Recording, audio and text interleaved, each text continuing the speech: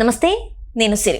పుష్ప 2 ఇంకొక కొన్ని గంటల్లో అయితే ఈ సినిమా ప్రీమియర్స్ పడిపోతుంది. ఫ్యాన్స్ అందరూ కూడా ఎంజాయ్ చేయబోతున్నారు.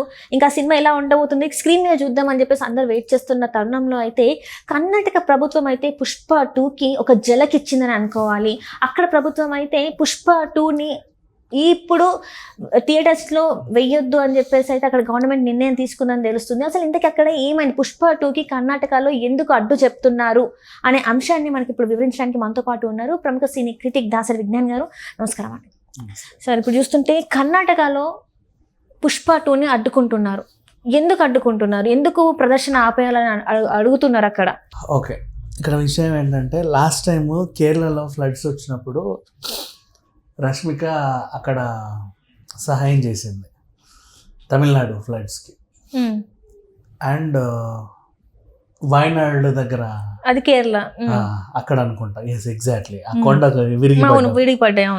చాలా మంది సహాయం ప్రకటిస్తే రష్మిక కూడా ప్రకటించింది ఏదో. అదే టైంలో ఇటు కూడా ఎక్కడో కొండ చర్యలు విరిగిపడ్డాయి, ఇటు బెంగళూరు సైడ్ కర్ణాటకలో. నువ్వు ఇక్కడ దానివి కదా, అక్కడ ఎందుకు ఇస్తావు, ఇక్కడ ఎందుకు ఇవ్వలేదని కొంచెం ఓ టైప్ ఆఫ్ నెగిటివిటీ వచ్చింది.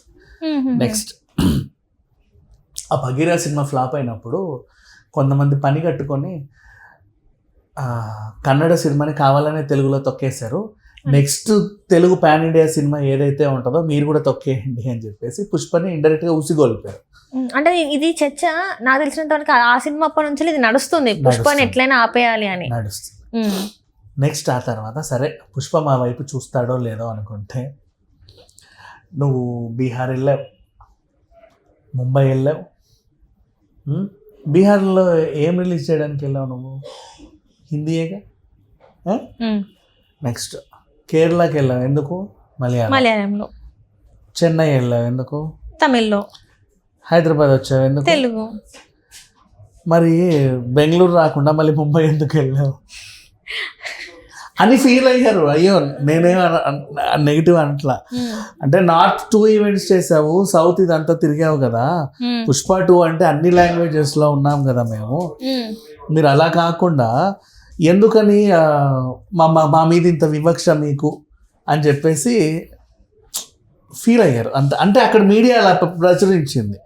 పాపం వాళ్ళు ఫీల్ అయ్యి ఉండరేమోలే, మీడియా ప్రచురించి దానికి ఎన్ని ఎగ్జాంపుల్స్ తీసిందంటే అన్ని ఎగ్జాంపుల్స్ చేసింది. మీ కేజీఎఫ్ తెలుగులో కూడా ఆడించారు కదమ్మా, కాంతారాని కూడా. అల్లు అర్జున్ ఇంత పెట్టుకుంటే ఇంత ఇచ్చామా, మరి ఎందుకు ఆదరించావు? కిచ్చా సుదీప్ని బాహుబలిలో పెట్టుకోవాలా? ఉపేంద్ర, అయ్యో రామ, ఉపేంద్ర అల్లు అర్జున్ సినిమా ఉంది ఇంకా చక్కగా మాట్లాడాలంటే మనకి సత్యమూర్తి అంత హ్యాపీగా ఉంది. సన్ ఆఫ్ సత్యమూర్తిలో సరైనడో ఏంటో మరి నాకు సరిగ్గా గుర్తులేదు, వాట్ ఎవర్.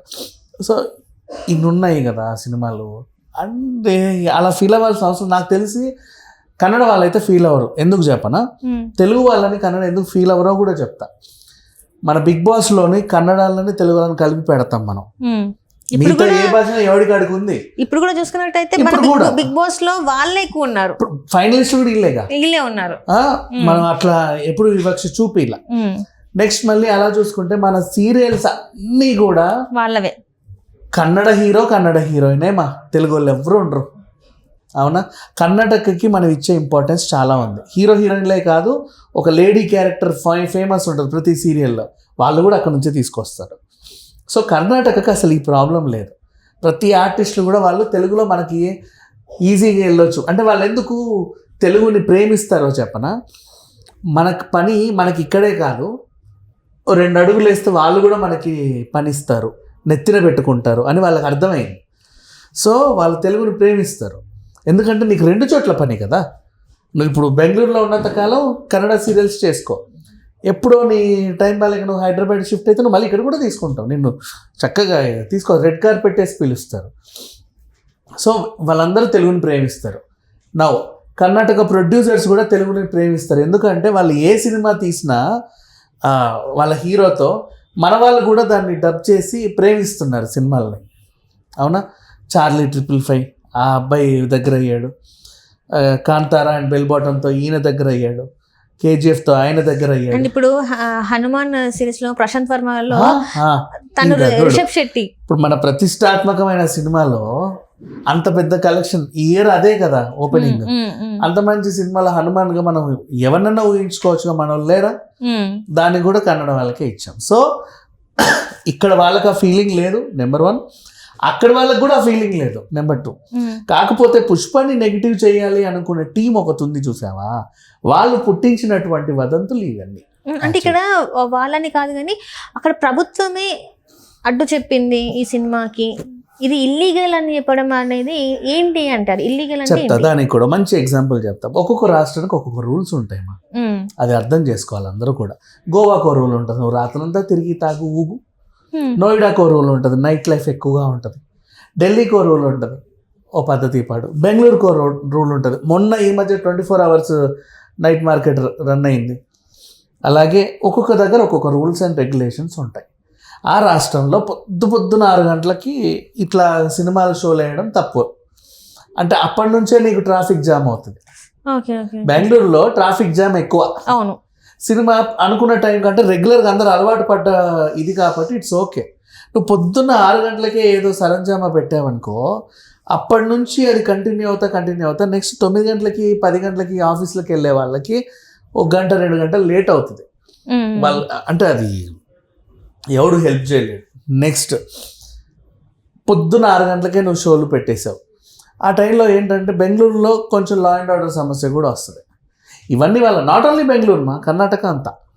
నువ్వు మళ్ళీ బెంగళూరు అనే ఒకటే మైండ్లో పెట్టుకోమా, కంప్లీట్ కర్ణాటక అంతా కూడా వాళ్ళ రూల్స్ అండ్ రెగ్యులేషన్స్ వాళ్ళకు ఉన్నాయి. ఇప్పుడు కార్డిలా షిప్ ఉంది, మొన్న ఏపీలో నుంచి వెళ్ళింది. రోజా గారు పర్యాటక మంత్రిగా హే అని ఊపి పంపించేశారు. తమిళసై మన తెలుగు రాష్ట్రాలకే కూడా అండ్ పుదుచ్చేరికి కూడా ఆవిడ లెఫ్టినెంట్ గవర్నర్గా ఉండే, ఆవిడ అక్కడ ఆపేసింది. ఎందుకు అంటే మీ తెలుగు రాష్ట్రాల్లో దానికి పర్మిషన్ ఉంది కానీ పుదుచ్చేరిలో దానికి పర్మిషన్ లేదు, అందుకే నేను ఆపేసాను. మళ్ళీ రిటర్న్ పంపమని. ఒక్కో ఏరియాలో ఒకటి ఉంది. పుదుచ్చేరిలో నీకు ఈ పర్మిషన్ లేదు, క్యాజినో పర్మిషన్ లేదు, అండ్ ఇంకొన్ని రూల్స్ ఉంటాయి. నువ్వు అక్కడ ఆల్కహాల్ ఒకటే రేట్ తక్కువ, బోల్డ్ అన్ని రూల్స్ ఉంటాయి అక్కడ, అవన్నీ పాటించాలి. ఓ టైం దాటితే ఇది అది అని. నెక్స్ట్ మన యానం ఆల్కహాల్ ఒకటే చీప్, పెట్రోల్ ఒకటే చీప్. అక్కడ బోల్డ్ అన్ని కండిషన్స్ ఉంటాయి. యానంలో కూడా బోల్డ్ అన్ని కండిషన్స్ ఉంటాయి. ఇట్లాంటివన్నీ ఉంటాయి. అది ప్రతి చోట ప్రతి ఊరికి కొన్ని పరిధి మేరకు వాళ్ళకంటూ కొన్ని రూల్స్ రెగ్యులేషన్స్ ఉంటాయి. అంతేకాని పుష్ప ఈవెంట్ బెంగళూరు కర్ణాటకలో చేయలేదని ఏం వాళ్ళు అలగలేదు, అలానే వాళ్ళు అడగలేదు.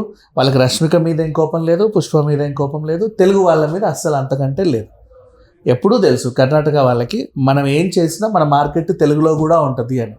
ఓ ప్రోడక్ట్ పెట్టుకున్నావు అంటే ఓకే, శాటిలైట్ హిందీ ఇంత ఇది ఇంత, తెలుగులో ఇంత వస్తుంది అని వాళ్ళకి తెలుసు.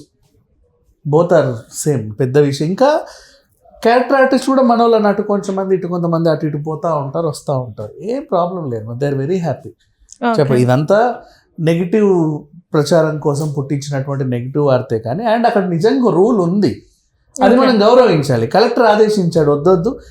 ఇప్పుడు మన కర్ణాటక సినిమా కేజీఎఫ్కే ఇవ్వలేదు, నువ్వు పక్క రాష్ట్రం సినిమాకి ఎందుకు ఇస్తావమ్మా? అంటే ఇక్కడ ఏంటంటే చిన్న లాజిక్, ఎందుకంటే ఫస్ట్ నుంచి అనుకుంటుందే కదా మనము, అంటే ఈ టైంలో షోస్ పడతాయని. ఎందుకు ముందే ఒకవేళ నిర్ణయం తీసుకుంటే బాగుండేది కదా. రేపు సినిమా అనగా ఇవాళ తీసుకుంటే మనకి బుక్ చేసుకున్న టికెట్స్ సంగతి ఏంటి, వాళ్ళ పరిస్థితి ఏంటంటారు మరి? యాక్చువల్గా వీళ్ళు పర్మిషన్ కోసం ఓ పక్క ట్రై చేస్తా, ఇంకోవైపు టికెట్స్ వదిలేరు. పర్మిషన్ వస్తుంది అనుకున్నారు, రాలేదు. సో రీఫండ్ అవ్వాల్సిన అవసరం వచ్చింది, అంతే. ఓకే, రిఫండ్ చేసేస్తారు మనకి? చేసేస్తారు. Right, thank you so much.